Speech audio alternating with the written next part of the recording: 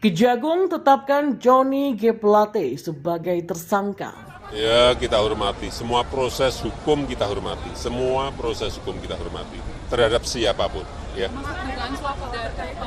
Kita juga ingin tahu fasilitas yang telah dinikmati oleh saudara GAP, adik yang bersangkutan, apakah itu terkait dengan jabatan yang bersangkutan atau tidak. Namun yang jelas sampai saat ini fasilitas yang dia terima telah dikembalikan sejumlah 534 juta rupiah. Itu sudah dikembalikan. Proses penanganan perkara ini sudah sampai pemberkasan. Dari 5 tersangka yang sudah dilakukan penahanan dan proses penyidikan, yang mudah-mudahan dalam waktu dekat ke-5 tersangka ini sudah bisa diserahkan tahap pertama kepada penuntut umum dan dalam waktu dekat juga bisa kita sidangkan. Dan kemarin kita melakukan pemeriksaan yang kedua kepada menteri, ya, dalam hal ini sebagai menteri sekaligus sebagai pengguna anggaran.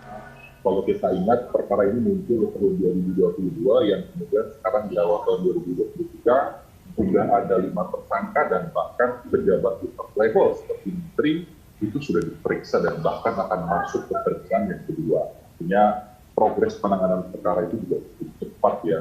Mengingat ini perkara yang kemudian berjalan di proses penegakan hukum tidak hanya soal korupsinya, tapi ternyata pihak Kejaksaan Agung pun juga masuk menelusuri terkait dengan dugaan pencucian uang. Kejagung buka suara soal kemungkinan penetapan tersangka Menteri Komunikasi dan Informatika Johnny G. Plate dalam kasus dugaan korupsi Bakti.Kominfo.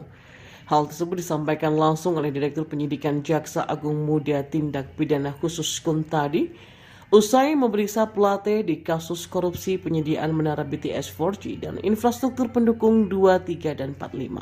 Kuntadi menyebut pihaknya tengah mendalami fungsi pengawasan dan penggunaan anggaran Badan Layanan Unit atau BLU Bakti.Kominfo lewat Plate.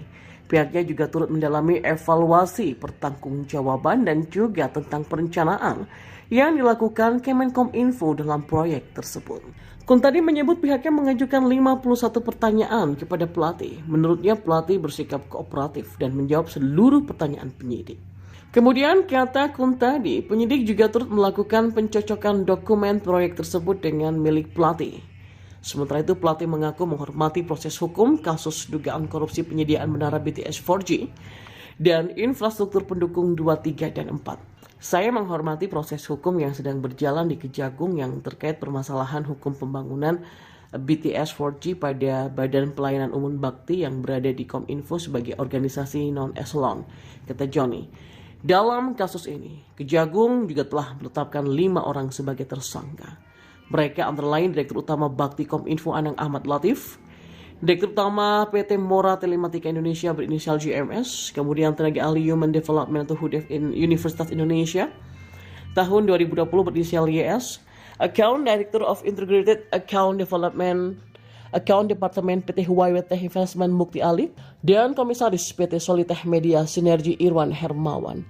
Proyek pembangunan menara BTS 4G Bakti.Kominfo dilakukan untuk memberikan pelayanan digital di daerah terdepan, terluar, dan tertinggal atau 3T.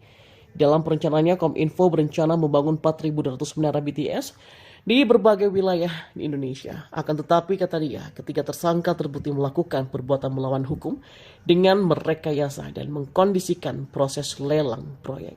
Dan yang terbaru, Menkominfo Johnny G. Plate memenuhi panggilan Kejagung.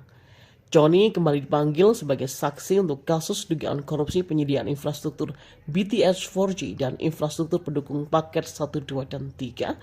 Juga 5, Badan Aksesibilitas Telekomunikasi dan Informasi atau Bakti.Kominfo 2020 sampai 2022. Plate terlihat menggunakan batik coklat dan celana kain hitam lengkap dengan masker putih. Dia terlihat membawa sebuah map berwarna biru di tangannya. Johnny tidak berkomentar apapun setiba di Kejagung. Dia langsung memasuki gedung Bundar untuk diperiksa sebagai saksi. Kasus korupsi BTS Bakti.Kominfo bermula dalam rangka memberikan pelayanan digital di daerah terdepan, terluar, dan tertinggal. Kominfo membangun infrastruktur 4.200 site BTS dalam pelaksanaan perencanaan dan pelanggan dan pelelangan terbukti bahwa para tersangka telah merekayasa dan mengkondisikan. Maka di dalam proses pengadaannya tidak terdapat kondisi persaingan yang sehat, sehingga pada akhirnya diduga terdapat kemahalan harga yang harus dibayar oleh negara.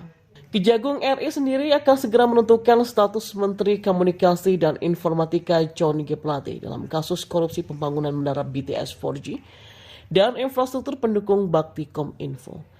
Jaksa Agung Muda Tindak Pidana Khusus Kejagung Kuntadi mengatakan langkah gelar perkara tersebut diambil pihaknya usai memeriksa Plate selama 6 jam. Pasalnya, penyidik menilai keterangan yang dibutuhkan dari Plate selaku pengguna anggaran atau PA sudah didapati lewat pemeriksaan kedua itu. Terpisah, Kepala Pusat Penerangan Hukum Kejagung Ketut Semedana mengatakan gelar perkara rencananya akan dilakukan dalam waktu 1 minggu mendatang.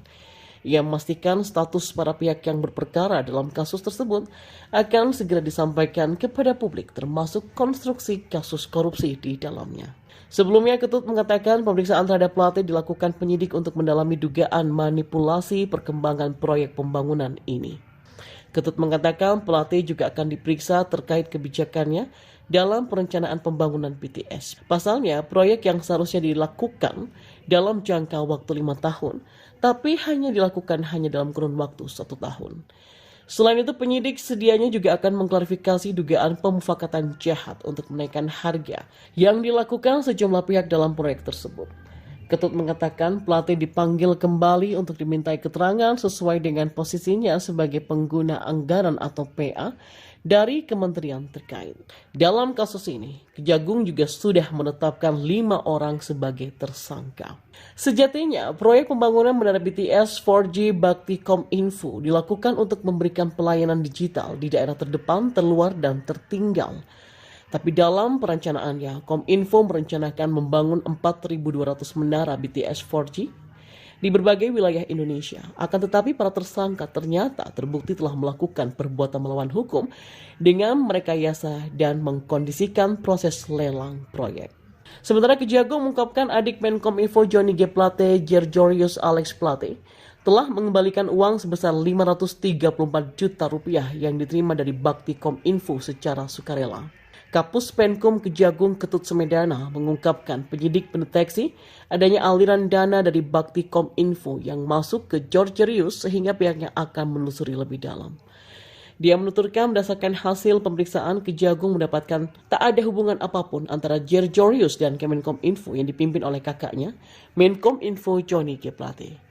Ketut mengaku heran kenapa Georgios turut mendapatkan aliran dana dan juga fasilitas dari kementerian yang dipimpin oleh kakaknya itu.